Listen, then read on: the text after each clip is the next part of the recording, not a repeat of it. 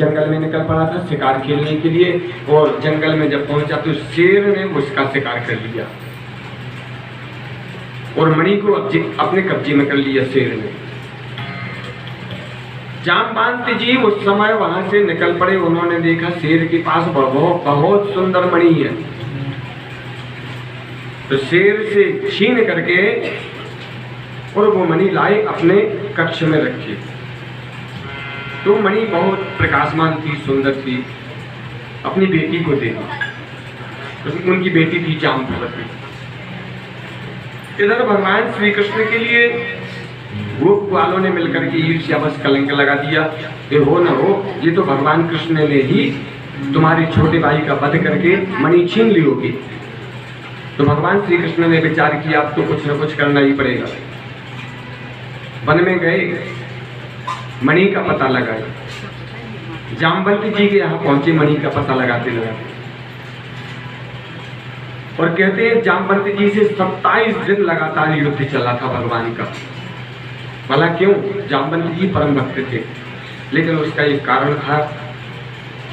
रामावतार के समय में जाम्बवती जी को कोई युद्ध करने का अवसर नहीं दिया गया था, और जाम्बवती जी ने युद्ध के बाद में कहा था प्रभु और तो सब ठीक है, सब अच्छा रहा, लेकिन आपने मुझे लड़ने का अवसर नहीं दिया, ये मुझे थोड़ा सा खेद बना रहा, मुझे गिलानी हो गई। तब राम जी सरकार ने कहा था जाम्बवंत तुम्हारी टक्कर का योद्धा नहीं था इस युद्ध काल में कोई भी। पता है एक बार समय आया तो जाम्बवंत जी ने जाकर के एक मुष्ट प्रहार किया था रावण के लिए, रथ समेत 10 गज पीछे घिसट कर गया था रावण, मूर्छित हो गया था। राम जी ने याद दिलाया था अगर दूसरा मुष्ट प्रहार कर दिया होता तो वो तो मर ही गया होता। तो रामायण नहीं बनती, जामवंतायन बनती। लोग कहते जामवंत जी ने रावण को मारा। इसलिए महाराज तुम्हारे युद्ध की अभिलाषा अवश्य पूर्ण करूंगा, लेकिन इस युग में नहीं। बोले जब यदुवंश कृष्ण अवतारा, जब मैं यदुवंश में कृष्ण रूपी अवतार धारण करूंगा उस समय तुम्हारी युद्ध की लालसा पूर्ण कर दूंगा। तो इधर भगवान कृष्ण जाम्बवंत से मणि के लिए आग्रह करते हैं, लेकिन जाम्बवंत जी मणि नहीं देते हैं। इस बात को लेकर के युद्ध शुरू हो जाता है। 27 दिन लगातार युद्ध हुआ। अंत में जाम्बवंत जी समझ गए, उनको याद आ गई कि भगवान श्री राम प्रभु ने कहा था कि द्वापर युग में जब तुम किसी के युद्ध करते करते परास्त हो जाए तो समझ लेना मैं आ गया हूं कृष्ण का अवतार लेकर। क्योंकि जाम्बवती जी ने कहा था मैं समझूंगा कैसे कि तुम आ गए। तब भगवान ने कहा था तुम जिससे परास्त हो जाओ तो समझ लेना ये प्रभु आ गया। तो जाम्बवती जी खड़े हो गए, बोले रुको थोड़ी देर के लिए युद्ध बंद करता हूं, लेकिन अभी हाथ नहीं जोड़े। बोले पहले तुम अपना परिचय दो, कौन हो तुम? तो भगवान श्री कृष्ण ने हंसकर मुस्कुराकर बोले जाम्बवंत मैं वही हूं त्रेता युग में जिसने तुम्हें वचन दिया था राम। पर जाम्बवती जी की भक्ति बहुत तगड़ी थी, उन्होंने तो सिर्फ राम रूप को ही माना था, हनुमान जी की तरह। तो उन्होंने कहा कि आप तो वही रूप दिखाइए तब मैं मानूंगा। तो भगवान ने वही तापस वेश विशेष उदासी, तपस्वियों के भय वेश में, कंधे पर धनुष, तरकस, हाथ में बाण और एक हाथ से आशीर्वाद प्रद मुद्रा करती है। भगवान श्री रामचंद्र जी के रूप में जाम्बवती जी को दर्शन दिए थे। जाम्बवती जी शरणागत हुए और शरणागत होने के पश्चात जाम्बवती जी ने मणि तो दी, साथ में अपनी पुत्री भी दी। उनकी पुत्री का नाम था जाम्बवती, और जाम्बवती की रामावतार के समय में इच्छा थी। राम प्रभु से कहा था मैं आपको पति रूप में वर्ण करना चाहती हूँ। तो राम जी ने उसको भी वचन दिया था कि तुम्हारी अभिलाषा कृष्ण अवतार में पूर्ण करूंगा। तो ये अभिलाषा भी भगवान पूर्ण करते हैं। जाम्बवती जी अपनी कन्या का विवाह भगवान श्री कृष्ण से कर देते हैं जाम्बवती का। वहां से लौट करके मणि लेकर जब वापिस आए, सत्यजित को मणि समर्पित की और सब पूरा वृतांत सुनाया। सत्यजित की शंका खत्म हो गई और सत्यजित की पुत्री थी सत्यभामा। तो सत्यभामा का पाणिग्रहण संस्कार भगवान श्री कृष्ण के साथ कर दिया। द्वारका में जाकर के भगवान श्री कृष्ण और सत्यभामा का विवाह संपन्न किया गया।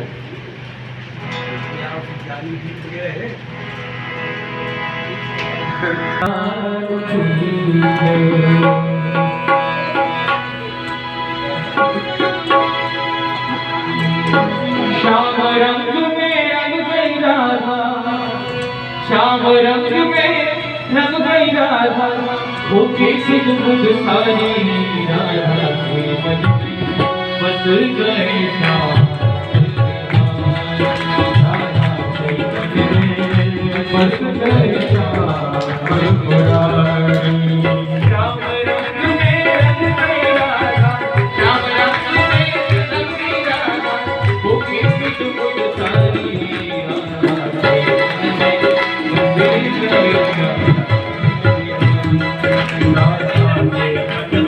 में बस गए श्याम।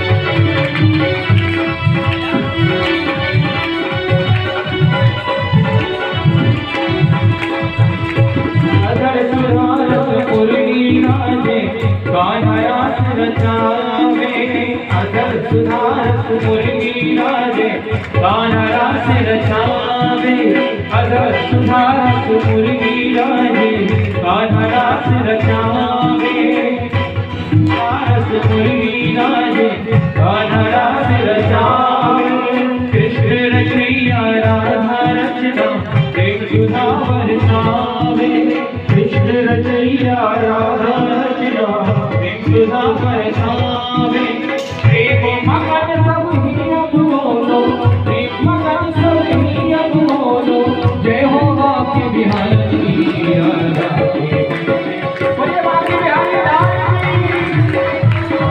राधा के मन में बस गए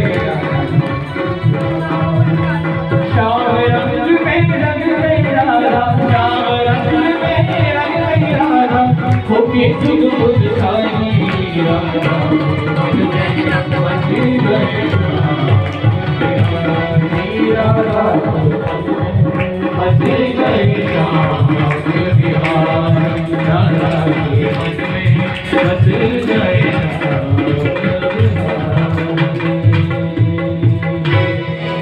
बोलिए शिव सावत हरिराज की जय। श्री सुखदेव जी कहते हैं, हे राजा परीक्षित, एक समय भगवान द्वारकापुरी से इंद्रप्रस्थ आए पांडवों से मिलने के लिए। रात्रि विश्राम किए, प्रातः काल उठ करके अर्जुन सखा को साथ में लेकर के विचरण करने के लिए कालिंदी के तट पर पहुंचते हैं। और वहां देखा, जमुना जी के तट पर वहां देखा तो एक कन्या तपस्या कर रही है। भगवान श्री कृष्ण ने कहा, अर्जुन ये कौन है जो तपस्या कर रही है? नारी को तप थोड़ी करना चाहिए। यदि नारी और शूद्र तपस्या करने लगे तो प्रकृति का नियम भंग हो जाता है। जाओ इससे पूछो कौन है। तब अर्जुन पास में जाकर के कहते हैं, तुम कस्यासि शुश्रूषि कुतो किंचिकेशसि। हे बाले, हे नरलोचने, तू कौन है और यहाँ तपस्या क्यों कर रही है? तप करने का उद्देश्य क्या है? तब उसने कहा, कालिंदी अहिमास्मि, मैं कालिंदी हूं। तो तब क्यों कर रही है? बोले मैं श्री कृष्ण से विवाह करना चाहती हूँ, इसलिए तपस्या कर रही हूँ। बोले तेरी तपस्या करने से श्री कृष्ण से विवाह हो जाएगा? कालिंदी ने कहा, तप से क्या नहीं हो सकता। जो भी दुर्लभ कार्य होता वो तपस्या से ही संपन्न होता। श्री तुलसीदास जी ने भी मानस चरित्र में निरूपित किया। क्या? तपोबल रचय प्रपंच विधाता, तपोबल विष्णु सकल जगदाता।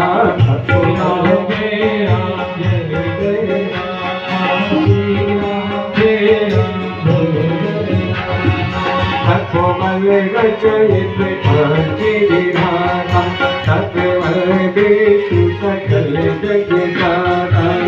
श्री राम जय राम जय राम, श्री राम जय राम। तपोबल शामु करई श्रृंगारा, तपोबल शेष धरई महिभारा। श्री राम जय जय राम, श्री राम जय जय राम। तपोबल शामु करई श्रृंगारा, तपोबल शेष धरई महिभारा। श्री राम जय जय राम, श्री राम जय राम। बिन कपटे के घर रे सारा, जल बिन रस के भूल संसारा। श्री राम जय राम, श्री राम जय राम। तपोबल रचय प्रपंच विधाता, तपोबल विष्णु सकल जगदाता। श्री राम जय राम, श्री राम जय राम। तब वह कालिंदी बोली, तपस्या से क्या नहीं हो सकता। जो कठिन से कठिन, दुर्लभ से दुर्लभ कार्य है वो तपस्या से होता है। तपोबल से ब्रह्म सृष्टि की रचना करते हैं।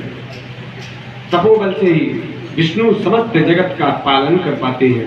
वो तपस्या के बल पर ही शंभु समय आने पर जगत का संहार करते हैं।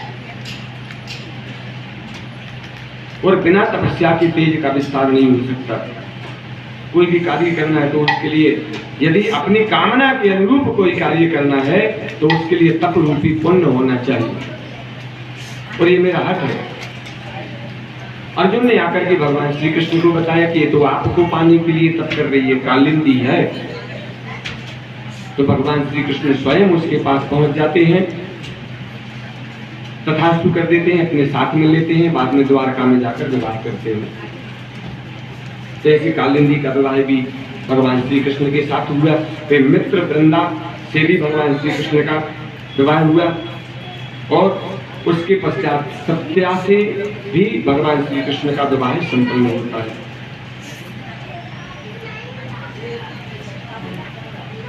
कैकेयी सुता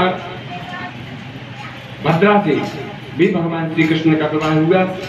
ऐसे करके भगवान के 7 विवाह संपन्न हुए और रुक्मणी समेत 8। अब एक समय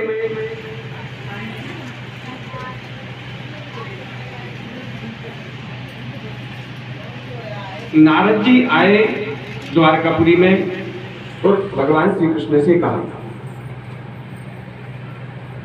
भौमासुर के कारागार में 16,000 कन्याएं कारागार में बंद है। उन्होंने आपको बुलाया है, त्राहि त्राहि पुकार रही है, हे नाथ मुझे मेरा उद्धार कीजिए। तब भगवान श्री कृष्ण कहते हैं तो ठीक है, मैं अवश्य जाऊंगा।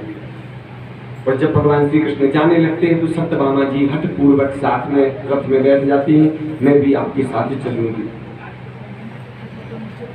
आपसे थोड़ी कम थोड़ी है, मुझे भी युद्ध करना आता है, तलवार वलवार चलाना आता था सत्यभामा जी को।